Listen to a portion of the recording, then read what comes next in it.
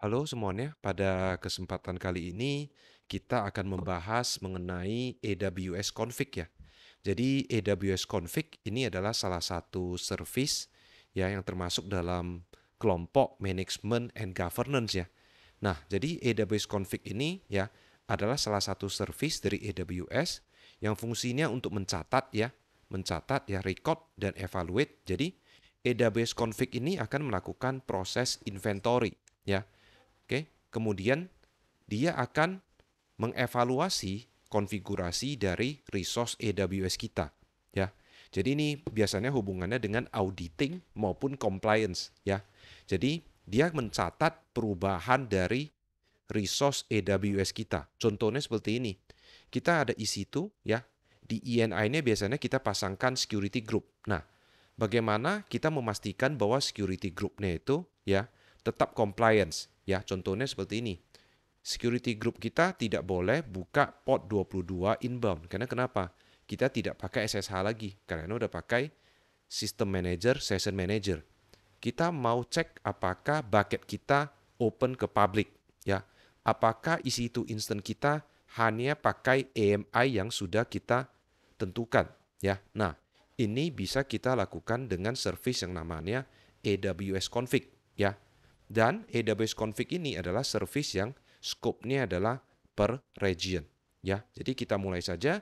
Di sini kita akan menghidupkan AWS Config, ya. Kemudian kita akan coba beberapa role, ya. Role pertama mungkin kita akan coba cek security group kita. Apakah ada open SSH ke public, ya. Kemudian kita akan coba lagi role kedua. Misalkan apakah resource kita ada tag tertentu. Oke, kita mulai saja. Kita masuk ke AWS Management Console. Kita udah masuk ke AWS Config, ya. Di sini kita bisa set up AWS Config, ya, karena sini baru pertama kali, ya. Nah, resource type yang mau di-record, ya, kita bisa pilih record or resource supported in this region, ya. Saya di region Tokyo, atau kita bisa pilih aja record specific resource type. Jadi contohnya yang kita mau record hanya cuma EC2, S3 sama Lambda misalkan, ya. Jadi kalau misalkan kita pilih ini record spesifik, nah kita bisa pilih ini, ya. Ini aja, ini aja, ini aja, seperti ini, ya. Cuma sayangnya di management console ini kita nggak bisa pakai accept. Jadi misalkan saya mau record semua nih, accept ada 5 resource saja. Nah, itu nggak bisa. Ya, kita harus akali pakai CLI, ya. Tapi untuk contoh kali ini saya akan record semua aja ya di sini. Kemudian juga ada opsi apakah akan include global resource. Contohnya adalah IAM, ya. Untuk contoh kali ini saya skip aja. Nah, kemudian di sini AWS config role, ya. Kita bisa pilih di sini, ya. Bisa pakai existing, ya, atau choose role from your account, ya. Kita pilih aja di sini existing AWS service link role. Jadi supaya AWS config-nya ya punya hak akses untuk melakukan proses inventory dan ya pengecekan ya di sini. Oke. Kemudian dari free method-nya di sini, dari free method-nya saya pilih bucket ini. Saya ada create bucket sebelumnya namanya config bucket di sini. Ya. Prefix-nya secara otomatis adalah di sini AWS logs ya. Ya, di sini account ID, config dan region-nya. Kemudian ada opsi kita hidupkan SNS topic di sini. Stream configuration change and notification to SNS topic ya. Tapi di sini saya tidak hidupkan ya. Karena kalau kita lakukan perubahan ya dan banyak perubahan dan salah satu subscription-nya adalah email, email kita akan penuh sih. Jadi ini kita nggak pakai. Oke. Kemudian kita pilih next. Nah, di sini kita bisa pilih rule ya. Contohnya di sini, nah ada kita mau cek nih ya apakah kalau kita pakai application load balancer, kita pakai web application firewall gak? Ya. Tapi untuk langkah kali ini kita skip dulu ya. Kita next ya. Oke.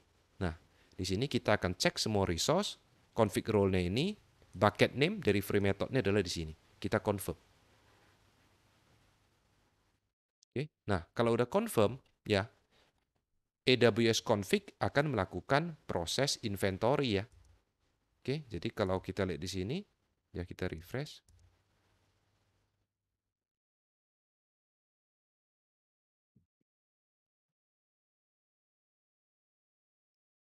Oke, kita tunggu sebentar. Tutup. Nah, ini udah view dashboard ya. Nah, di sini resource kita sedang di-discover ya. Jadi ini sedang melakukan proses inventory ya. Kita tunggu sebentar dulu sampai proses inventory selesai dilakukan. Oke, sesudah menunggu kurang lebih 10 menit ya. Ini proses inventory-nya udah selesai ya. Nah, di sini kita bisa lihat ya, di region Tokyo, di sini, ya di region Tokyo saya punya 55 resource ya, dengan detail seperti ini. Ada EC2 instance 1, S3 bucket, ya ada 3, VPC-nya ada 4, Internet Gateway-nya ada 4, subnet-nya ada 9, ya, security group-nya ada 16, dan seterusnya. Ya, jadi kita bisa cek juga di sini. Ya, oke. Di all resource, ya. Kita pilih all resource saja biasanya. Oke. Nah, kemudian kita bisa pilih role nih di sini, ya. Ya, resource-nya udah terinventory. Kita mau cek nih compliance-nya. Jadi kita bisa add role nih di sini, ya. Nah, role di sini ya bisa ada dua, ya. AWS Managed Role sama custom role. Jadi kalau custom role ya kita bisa ya buat lambda function dengan logic kita yang akan mengevaluate apakah AWS resource kita comply terhadap rule ya. Jadi kita bisa create custom rule ya. Nah, kemudian kita bisa di sini sih namanya apa, description-nya apa, lambda function-nya di sini. Jadi kita bisa buat lambda function nih khusus ya. Kalau yang AWS Managed Role itu gak cukup ya, kita bisa create function kita sendiri untuk cek compliance ya. Oke, kita back aja. Kali ini kita akan pilih AWS Managed Role. Kita akan cek yang namanya SSH ya. Nah, restricted SSH ya, di sini akan cek apakah security group ya disallow unrestricted incoming SSX traffic ya. Kita akan cek security groupnya. Kita next. Nah, di sini triggernya ya bisa kita pilih ketika configuration change atau periodic di sini ya. Ada yang bisa kita pilih, ada yang nggak bisa kita pilih ya. Di sini dia adalah ketika ada perubahan di AWS resource kita ya. Scope of change kita biarkan aja default ya resource, dan resource yang dicek nggak semua tapi hanya EC2 security group ya. Kan nggak mungkin juga misalkan kita cek SSH di misalkan S3 bucket. Nah, itu kan cocok, ya kan? Jadi kita pilih aja di sini ya. Oke, kemudian kita pilih next ya. Kemudian add rule.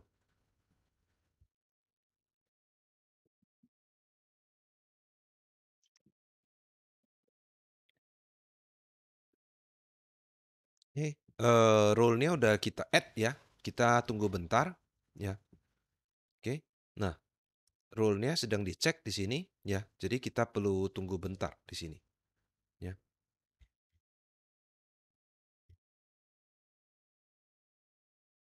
Oke, kita tunggu bentar.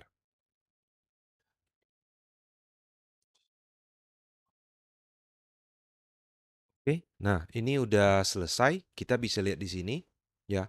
Last successful evaluation ya, barusan ya. Resource type-nya adalah security group. Dia akan cek apakah port 22 atau SSH-nya terbuka ya. Nah, kalau kita cek di sini ya, kita bisa lihat all di sini ya. Ada yang udah compliant, ada yang non compliant ya. Jadi kita cek dulu yang compliant ya. Yang compliant misalkan kita bisa buka ya salah satu ini, kita lihat yang compliance.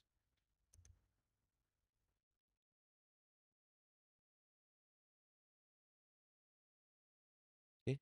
Nah, yang compliance kita lihat nama security group-nya adalah RDP ya. Kalau kita cek di sini security group-nya ya. Ini namanya RDP ya.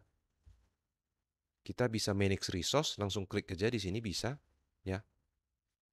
Nah, nama security group-nya RDP. Kemudian kita lihat inbound role-nya ya.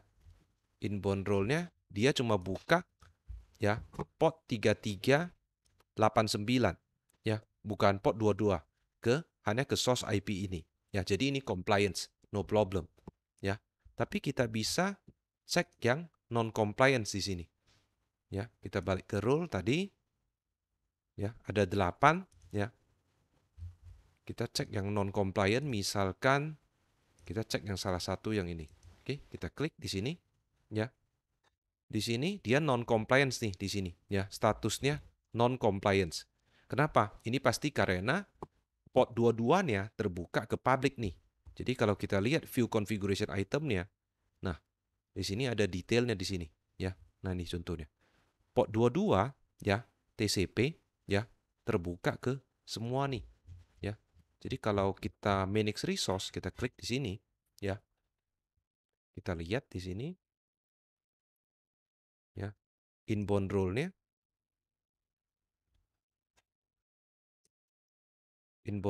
ada SSH nih, port 22 di sini, ya.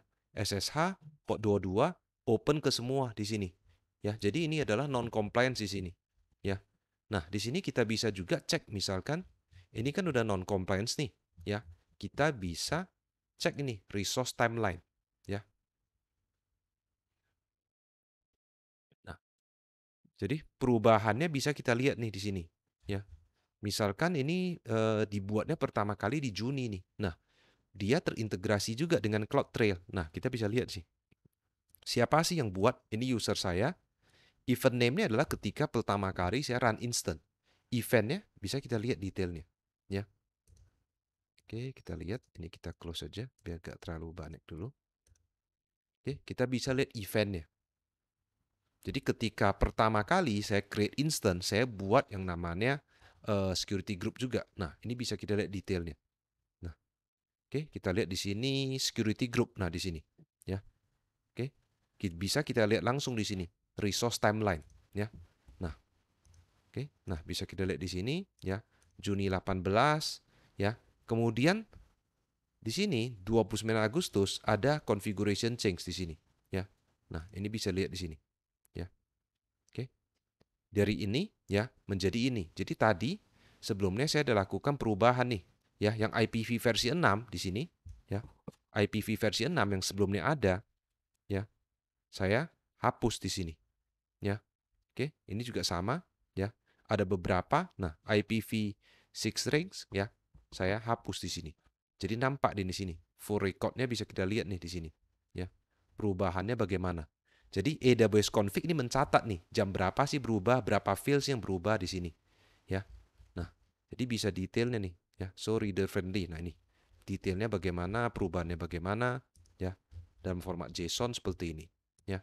Nah, kalau udah di sini security group ini, tadi kan yang namanya adalah ini ya, SSH, HTTP, ICMP. Ya, kita coba manage resource, kita coba ubah security groupnya, ya, biar compliance, ya. Yang security groupnya adalah 111AB5 inbound rule-nya, ya. Kita coba dulu edit inbound rule di sini, ya. SSH-nya saya pakai dari MyIP aja. Oke, kita save role di sini. Oke, kalau udah save role di sini, ya, resource, ya. Oke, kita balik lagi ke role, ya. Nah, restricted SSH. Nah, tadi kan yang ini kan non compliance ya di sini ya. Coba kita bisa reevaluate, ya. Oke, reevaluate tadi yang security groupnya namanya adalah ini ya tadi ya. Security group yang namanya ini dia, ya. 111 AB5, ya. Dia akan melakukan proses reevaluate, ya. Oke, ini dia. Oke, sambil kita tunggu bentar ya. Jadi akan melakukan proses reevaluate.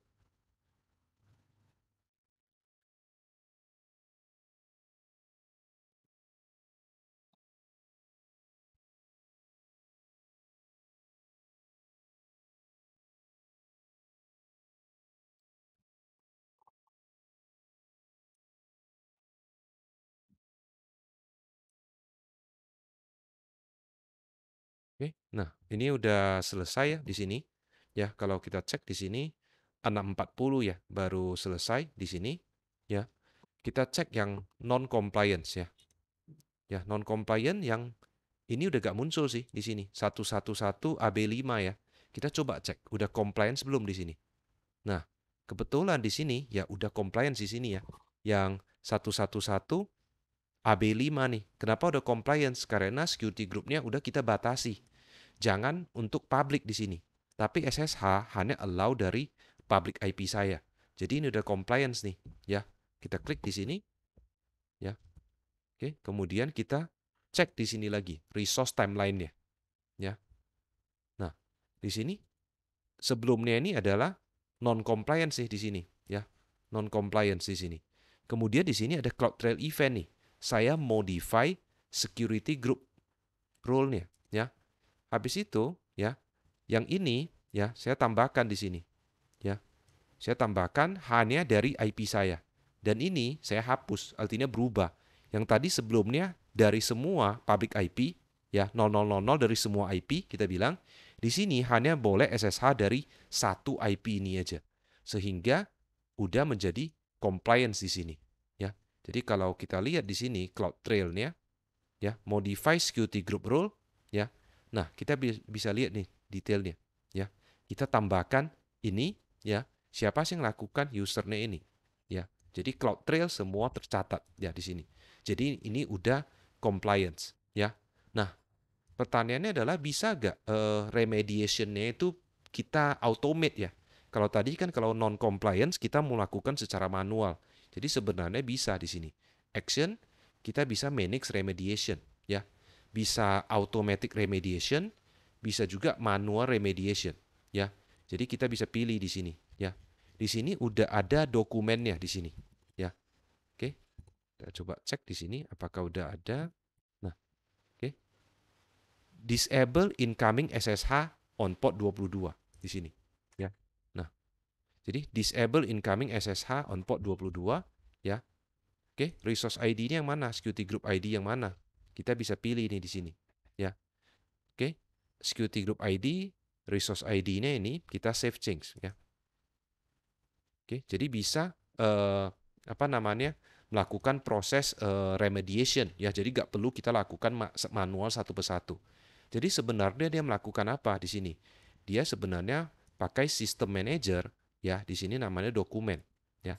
Tadi kalau kita lihat kan kita lakukan proses remediation-nya ya di sini ya. Oke. Nah, jadi kalau kita klik di sini, nah ini udah bisa remediate nih ya. Karena kenapa? Kita udah setting remediate action-nya. Jadi kalau kita lihat dokumennya, kita lihat contohnya. Oke, ini dokumen, kita coba cek di sini SSH. Oke, coba ketemu gak? Oke, ini dia. AWS disable incoming SSX on port 22. Ya. Nah, di sini udah ada detailnya di sini. Nah, kontennya adalah ini. Ini adalah sistem manager dokumen. Ya. Jadi dia melakukan ini adalah Python ya di sini. Ya, pakai Python.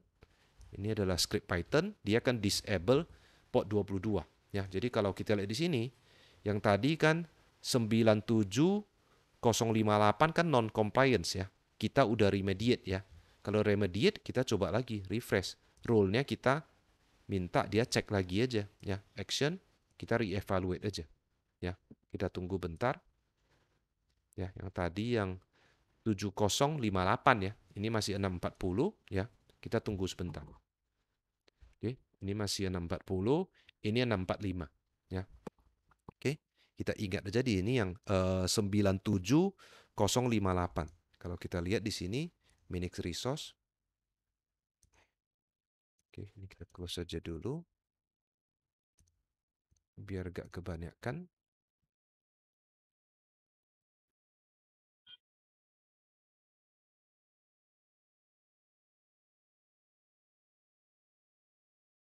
Oke, yang 7058 kita cek di sini. Oke, kita cek di sini SSH-nya masih belum ya, masih proses remediate ya di sini ya. Oke, kita coba lihat rule-nya. 645 ya 7058. Kita coba remediate. Oke, nah ini dia statusnya, ini queue ya. Oke, sambil menunggu ya, kita bisa tambahkan rule nih, misalkan. Oke, kita bisa tambahkan misalkan teks nih. Oke, required tag ya. Ini adalah cek apakah resource kita ada tag yang kita specify. Oke, required tag, kita pilih next ya. Kemudian di sini kita pilih aja resource-nya apa ya. Kita pakai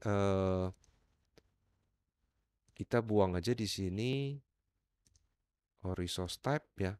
Kita pilih aja jangan semua tapi cuma EC2 ya, EC2 instant ya. Jadi kita mau cek ya apakah EC2 instant kita ada tag ya, ada tagnya yang udah kita tentukan. Jadi di sini saya ada create satu EC2 instant ya. Kita cek di sini satu EC2 instant. Oke, namanya web server aja sebagai contoh. Nah, di sini ada tag-nya nih. Ya. Tag-nya kebetulan cuma satu ya. Di sini tag-nya cuma satu, name-nya adalah web server. Ya. Oke. Nah, di sini kita bisa buat yang namanya di sini. Ya. Key satunya adalah name. Oke.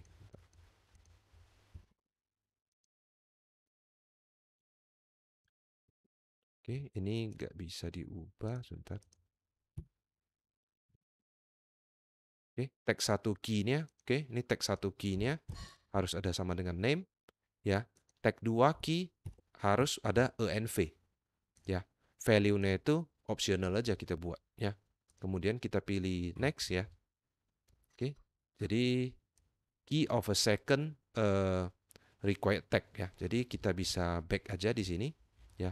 Di sini bisa kita value-nya itu harus prod ya atau dev nih di sini ya. Buat seperti ini aja. Kemudian kita add role ya.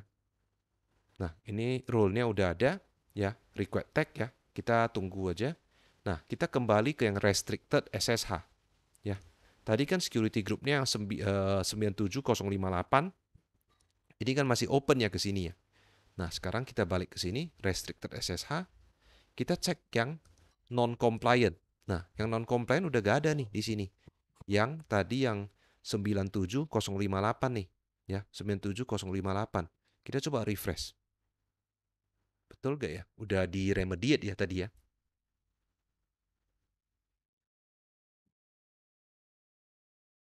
Oke, kita cek di sini.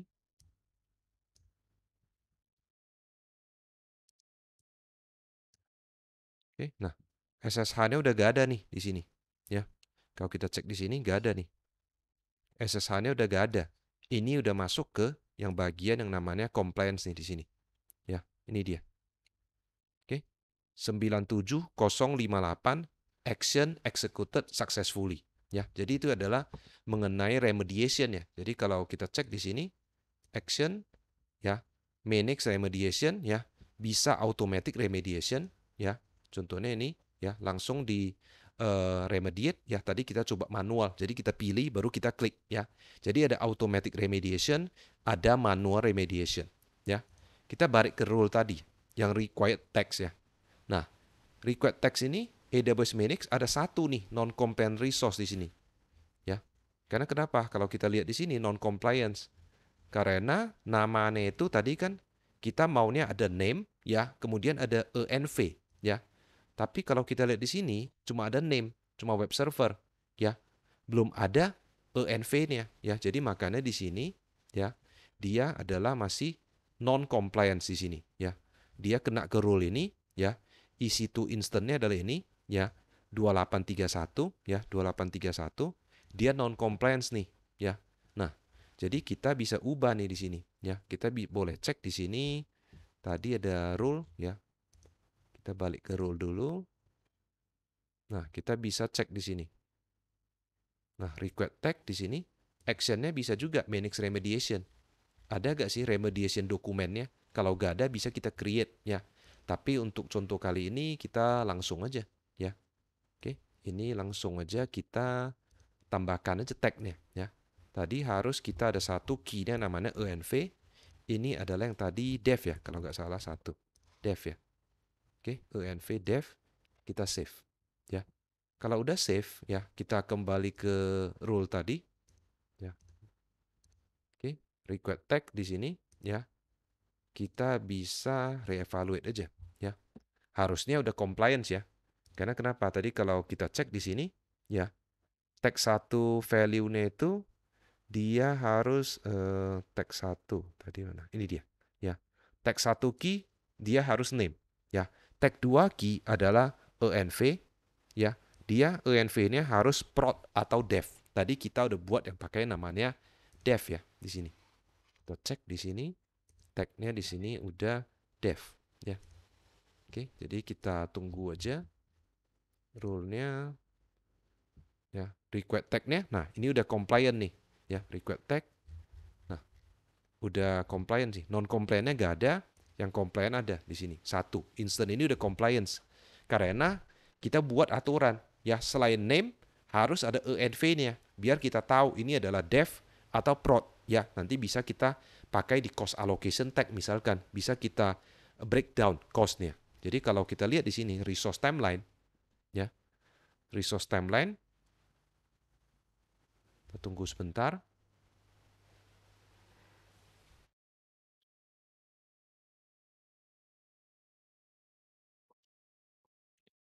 Dia sedang loading ya di sini ya.